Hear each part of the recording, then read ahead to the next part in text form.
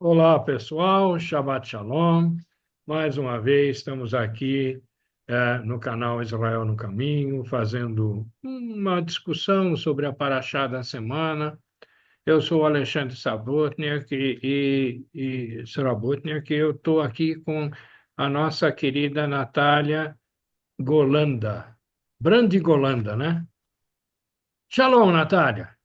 Shalom, Alex. Shalom, pessoal. Shabbat shalom a todos. Shabbat Sejam Shalom. muito bem-vindos a mais um estudo. A gente gosta muito desses momentos de gravação por alguns motivos. Um deles porque tem gente que tem participado, tem gente que tem mandado perguntas para a gente, mas o melhor de tudo é que para discutir essas paraxás, a gente tem que estudá-las, então a gente tem que ler os textos e refletir a respeito dos textos e aí discutir. É isso que a gente está fazendo aqui. E eu gostaria de estimular vocês a fazerem exatamente isso também. Leiam os textos da semana. E essa semana a gente está falando da paraxá da 22ª paraxá do ano, chamado Vai Aquel, e significa e convocou. E nós vamos ver quem convocou quem daqui a pouquinho, mas ela está em Êxodo 35:1 até 38:20. Ela está a Haftará está em 1 Reis 7, do 40 ao 50. A Brit Hadashá está em Hebreus 9, do 1 ao 11. E Tefilim, Salmos 61. Material muito rico, muito interessante. E então, vou ler o primeiro versículo aqui, que diz assim: Então fez Moisés ajuntar toda a congregação dos filhos de Israel e disse-lhes: Estas são as palavras que o Senhor ordenou que se cumprissem. Né? Esse é o e convocou. Então, Deus falou: Olha lá, chama o povo e fala para eles. Vamos ver o que Deus quis falar?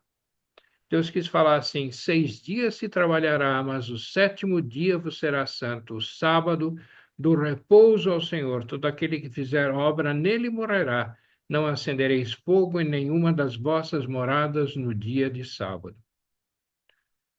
Deus quer que a gente trabalhe para construir, para dar um modelo para os nossos filhos, mas Ele também quer que a gente se dedique um dia na semana, a gente se dedique a Ele. É tão importante isso. Quando eu me dedico a Ele, várias coisas acontecem, né? O primeiro é eu estou repousando, estou acalmando aquela pressão diária que a gente tem com trabalho, com escola, com filhos, com esposa, com gente tentando puxar o tapete da gente. Eu acalmo, eu acalmo aquele dia. É, o termo Shabat, ele está relacionado com aquele termo que no sétimo dia da criação, Deus descansou. E a raiz do termo Shabat é exatamente a raiz daquela palavra dizendo, e Deus descansou. Então, é um dia em que eu vou repor energias, em que eu vou me dedicar a Deus, onde eu vou me dedicar com a minha família, onde a gente vai ler a palavra. E é isso que Deus quer, que a gente se aproxime dele e que a gente seja um modelo legal para a família da gente. Tá? Então, essa paraxá, se a gente olhar, ela é uma paraxá de dedicação. A gente dá um tempo para as pessoas da nossa família e dá um tempo de dedicação a Deus.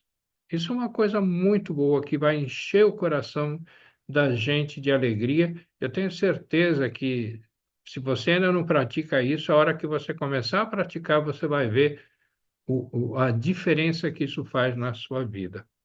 Mas a dedicação não é só isso. Ele também falou lá no versículo 4, falou mais Moisés a toda a congregação dos filhos de Israel, dizendo: Esta é a palavra que o Senhor ordenou, dizendo: Tomai do que vós tendes uma oferta para o Senhor, cada um cujo coração é voluntariamente disposto, e trará por oferta alçada ao Senhor.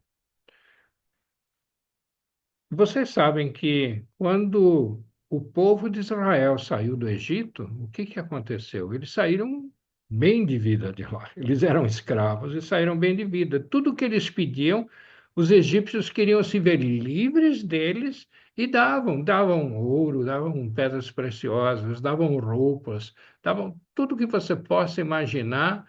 Né? Eu quero uma limusine. Não, não tinha naquela época, mas se tivesse e pediam, iam dar para eles a limusine, tá certo? Então eles saíram ricos de lá. No fundo, Deus proveu isso para eles. E agora Deus fala assim: eu quero que você dê uma parte disso para a gente. E Deus deu uma missão para eles, uma missão importantíssima, uma missão de um lugar de encontro com Deus, um templo. Era um templo portátil na época, mas era um templo, um lugar onde Deus estaria, podia ser consultado, podia se conversar com ele. E Deus deu um projeto inteirinho. Natália, você acha que ele deu muitos detalhes para o pessoal fazer esse projeto do templo portátil? Olha, Alex, eu falo, né, que Deus é um Deus tão dedicado mesmo, igual você falou, né, que essa paraxá é da dedicação, que a gente vê, assim, toda a dedicação do Senhor em deixar na palavra dele, né, deixar em todo o Tanar. São várias aulas, igual eu falo, né? O senhor, há umas paraxás atrás, em Jetro, ele deu uma aula de administração que qualquer pessoa pode seguir. O Alex, gente, depois vai contar um testemunho dele para a gente, quem sabe num vídeo curtinho a gente posta no canal para vocês saberem. E, e a gente fala que essa paraxá é uma paraxá que é uma aula de arquitetura, é uma aula de construção, e é uma paraxá que ela mostra para a gente como Deus é um Deus detalhista. Ele fala, né? Ele começa abrindo a paraxá com a dedicação, porque ele sabe que a gente tem que se dedicar a ele. Como? Nos mínimos detalhes. Porque foi assim que ele fez. Quando ele deixou para a gente, né, criar o tabernáculo, né, o templo móvel, igual a gente usa o termo hoje, né, e ele deu detalhes assim, igual a gente seguindo no 35, no 36 já, né? Ele fala no versículo 9, o comprimento de cada cortina era de 28 côvados. Então você fala, tinha necessidade dele deixar cada pedacinho o tamanho, a altura, a largura, as medidas todas, né? Com 50 laçadas se fizeram numa cortina e 50 na outra. Então você fala assim, Deus mostrou em cada detalhe como eles iriam construir isso. E eu falo que é uma paraxá onde a gente inicia o serviço a Deus, né? É a dedicação ao servir ao Senhor. Por quê? Porque ele fala lá embaixo, né? Já no finalzinho, ele fala em Hebreus, no comecinho de Hebreus, ele fala que a primeira aliança tinha também preceitos de serviço sagrado, que a primeira aliança foi feita nessa época do tabernáculo. Então você fala, o preceito sagrado de serviço já é desde aqueles tempos, e a nossa dedicação ao Senhor se conta exatamente nesses detalhes. Então, quando a gente vai fazer alguma coisa para o Senhor, que a gente faça com esses detalhes, né? Que a gente saiba que se o Senhor se importou com os mínimos detalhes para deixar para a gente como se fazia um tabernáculo, imagino que Ele não quer fazer nos mínimos detalhes da nossa vida. Então, eu acho que a gente tem que pensar em tudo isso, sabe? Ah, a gente vai fazer alguma coisa para o Senhor? Vamos pensar nos mínimos detalhes, o que vai agradar o Senhor, né? O estofo ser azul, púrpura, carmesim? Como é que a gente vai, né, agradar ao Senhor? Então, o Senhor nos mostra nessa dedicação toda que ele teve, né? Ele trabalhou, ele desenhou tudo isso e ele mostra que a gente tem sim que descansar nele, né? Tem que ter o dia dele e mas que a gente tem que ser detalhista em todas essas coisas, porque ele espera isso de nós, né? É um Deus de detalhes. É verdade. E aí eu fico tão assim lisonjeada de estar fazendo essa paraxá, porque ela é gostosa de ler, porque você parece que você vai construindo o tabernáculo junto com o pessoal da época, né, Alex? E aí você fala assim, né? Deus deixou algumas coisas que ele fala, né? E aí até eu queria que você falasse um pouquinho a respeito, né, de como era e como ficou e como é agora, né? Toda essa parte que cabe a nós, né? Agora, sim. Então, você sabe, Natália, que Deus, quando diz para você, vai lá e faz isso, ele não fala, vai lá e te vira. Ele te capacita para fazer o que ele quer que você faça. Quando Deus deu um projeto completo, tão detalhado, você falou muito pouca coisa do que são os detalhes. Eram imensos, eram ouro, pedras preciosas, tudo que você pudesse imaginar de riqueza era para ser usado nisso. E Deus até deu para o povo de Israel o que ele está dizendo agora. Eu quero que você voluntariamente faça essa contribuição para que a gente possa construir o templo. Ok, mas construir o templo eu acho que requer uma certa habilidade, né? Então Deus deu também pessoas com habilidade, né, para que elas pudessem fazer a construção desse tabernáculo. Lá no versículo 30 do Êxodo 35 mesmo, Deus diz assim: depois disse Moisés aos filhos de Israel: Eis que o Senhor tem chamado por nome a Bezalel, filho de Uri de Ur, da tribo de Judá, e o Espírito de Deus o encheu de sabedoria, entendimento e ciência em todo artifício, e para inventar invenções, para trabalhar em ouro, em prata, em cobre, em artifício de pedras para engastar, em artifício de madeira para trabalhar em toda obra esmerada. Deus deu uma capacidade imensa para esse sujeito. E mais uma, também ele tem disposto o coração para ensinar a outros, a ele e a Oliabe, filho de Aizamaque, da tribo de Dan. Quer dizer, não só capacitou um, como capacitou essa pessoa a ensinar a outras pessoas como fazer as coisas. De repente, ele não ia ensinar tudo para todos, mas ele ia ensinar alguma coisa para quem fosse tecer, outras coisas para quem fosse fazer moldar um candelabro de ouro, por exemplo, ou o que quer que seja. Então, Deus dá a provisão e Deus capacita. E é isso. E se ele manda você fazer uma coisa, Natália, se ele mandar você fazer alguma coisa, ele não vai falar, te vira. Ele vai falar, olha, eu estou te capacitando, ou vai falar, olha, eu estou te dando essa pessoa que vai resolver o problema. É, Não é é, joia, é isso? é o Eu? que a gente lembra, né, das parábolas até dos talentos, né? O Senhor nos entrega os talentos e É. aí ele espera que a gente multiplique, né?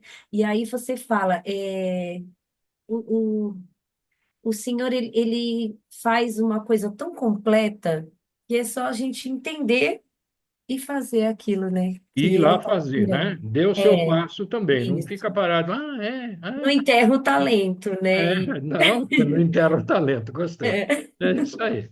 Tá bom, então eu acho que isso tá entendido e eu acho que isso, quando a gente entende isso, a gente muda a maneira de agir, pode ter certeza disso. Esse templo, ele era um templo portátil, só que uns, sei lá, 400 a 500 anos depois, Deus fez em Jerusalém, através do rei Salomão, filho de Davi, ele fez a construção de um templo majestoso, incrível, enorme. E ele também colocou pessoas capacitando. A gente viu na última Paraxá que tinha mais de 180 mil pessoas trabalhando em prover material e na construção do templo. Consegue imaginar que obra monumental isso era? Às vezes você vê 100 pessoas, 200 pessoas, 500 pessoas trabalhando, 1.000 pessoas trabalhando. 180 e tantas, eu não lembro exatamente o número, mas 180 e tantas mil pessoas para fazer a construção desse templo majestoso.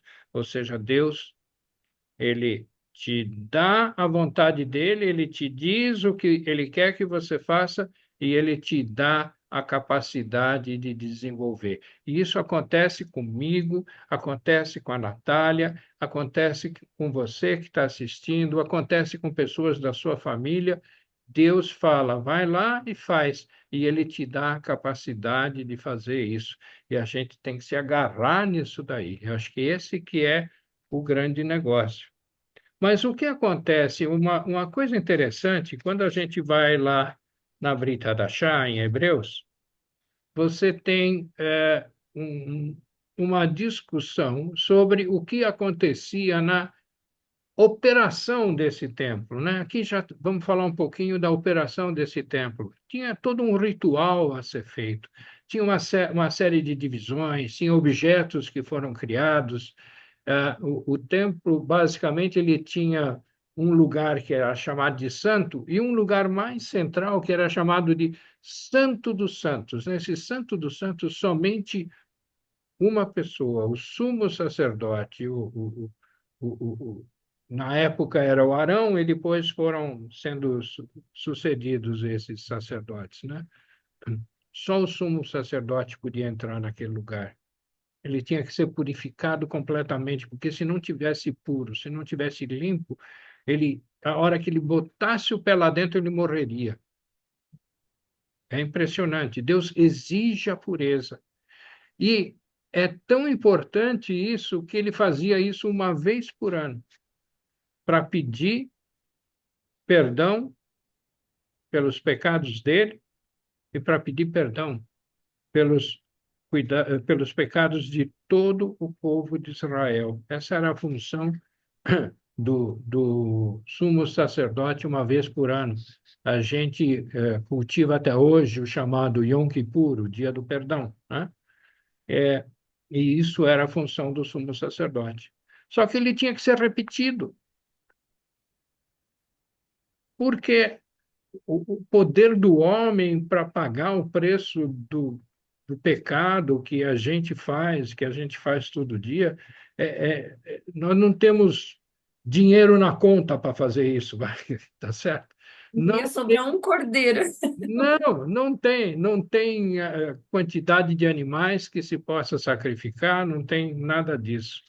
E isso requeria, quer dizer, além de haver o sacrifício, além de haver esse pedido de perdão, requeria um templo. Só que, a partir de 70 depois de Cristo, os romanos destruíram o templo de Jerusalém. Não tinha mais templo. E agora? O que nós vamos fazer? Hein? O que eu vou fazer? Não tem templo. Como é que eu vou pedir perdão? Só que, quando o templo foi destruído, já apareceu alguém muito especial. Aí no versículo 11 de Hebreus 9, ele diz assim: Mas vindo o Cristo, o sumo sacerdote dos bens futuros, por um maior e mais perfeito tabernáculo não feito por mãos, isto é, não desta criação. Quer dizer, aquele templo que não existia mais, não era mais necessário, porque Yeshua apareceu para fazer o sacrifício definitivo e a dedicação num templo que não é um templo terreno, não é um templo terreno, é um templo celestial. O projeto que Moisés recebeu era uma cópia do que é o templo celestial, uma cópia. Não era uma invenção, não, era uma cópia do que já existe, né? Já existia e já existe. E Yeshua fez toda a diferença. Eu não preciso mais fazer sacrifício, matar um cordeirinho para pedir perdão pelo pecado. Eu posso, porque Cristo, Yeshua, o Messias, fez o sacrifício definitivo. Eu posso conversar com ele e falar assim: perdoa-me, olha, errei de novo, pisei na bola de novo. Então, é isso que nós temos que fazer. Ele já pagou o preço e a gente tem que entender isso e se agarrar nele. É impressionante isso, não é, Natália? A gente fica. Isso está escrito, está lá na Bíblia, e às vezes as pessoas não conseguem entender. Então, se você não conseguiu entender isso, a gente tem que clamar a Deus, falar: Deus, me ajuda a entender isso, né? Entender essa dedicação do Senhor foi tão além. Se fala, Deus é um Deus tão dedicado e nos maiores detalhes que ele podia ter deixado a gente permanecer sacrificando o cordeirinho, mas ele foi além, né? A dedicação dele foi tão grande que ele, né, nos mandou o Machia para que isso acontecesse, né? Que ele fosse pagasse o preço pelos nossos pecados, né? Pelo meu, pelo seu, pelo de todo mundo, né? Então, é o mínimo que a gente pode fazer é entender essa dedicação do Senhor, Aí. né? E nos detalhes, né? Entenda aí, Yeshua, nos detalhes que dá certo, né, Então, Alex? a gente tem que clamar a Deus. Eu acho que nos Salmos a gente costuma ter uns clamores muito interessantes, não tem, Natália? Tem, e esse salmo, ele é tão bonito, eu falo que ele é uma oração. Até eu queria ler ele assim, em forma de oração, né? Porque Legal. ele mostra para gente o poder, o senhorio de Deus e toda essa dedicação que o Senhor fala nessa paraxá, né?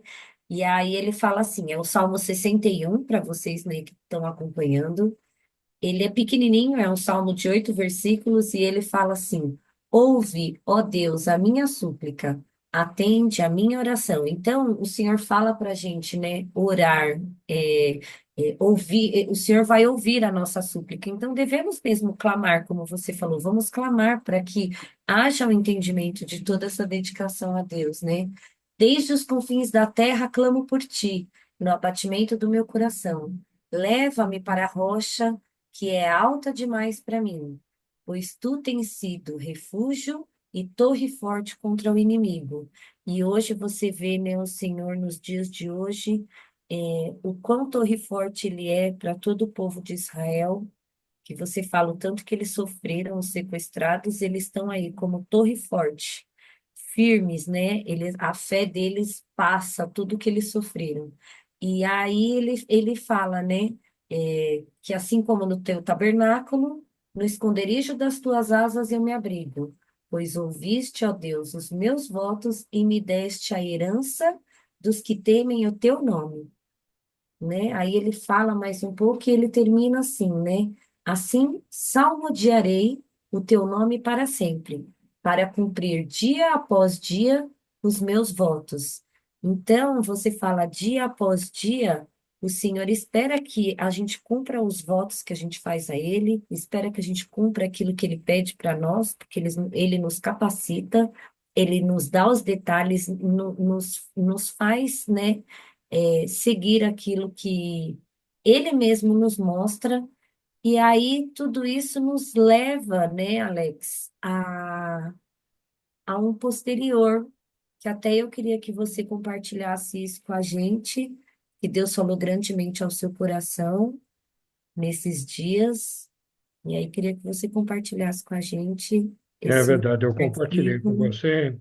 você. Na verdade, o que que acontece? Quer dizer, tinha o, o tabernáculo, que era móvel, depois tinha o templo que Salomão construiu, depois esse templo foi destruído por Nabucodonosor, ele foi reconstruído depois do exílio, né? E ele foi destruído de uma vez por todas no ano 70 pelo Império Romano, e não tinha mais templo. Mas a partir da vinda de Yeshua, nós nos tornamos o templo de Deus. Ele mandou o Espírito dele para residir dentro de nós. Mas aí eu li esses dias um versículo em Apocalipse. Apocalipse é o último livro, né? Apocalipse 21 é o penúltimo capítulo, né? Ele fala de um local chamado Nova Jerusalém, é aquela Jerusalém que vai ser toda reconstruída, especial para o nosso Deus. E ele teve uma visão, o João, né? Ele teve uma visão. E essa visão ele fala, e nela, no versículo 22, Apocalipse 22, e nela não vi templo, porque o seu templo é o Senhor, Deus Todo-Poderoso, e o Cordeiro. A cidade não necessita de sol nem de lua, para que nela resplandeçam, porque a glória de Deus a tem alumiado, e o Cordeiro é a sua lâmpada. Ou seja, não vai ter mais a necessidade do templo, porque o templo é o próprio Deus, a presença dele é o suficiente para tudo que se queira. É algo futuro, é o que nos dá esperança, é o que nos dá esperança. E eu espero que vocês reflitam a respeito. Eu passei um bom tempo pensando a respeito e eu quero desejar um Shabbat Shalom a todos. Realmente aproveitem muito esse fim de semana gostoso, celebrando o nosso Deus. Shabbat Shalom. Shabbat Shalom. Shabbat Shalom, pessoal.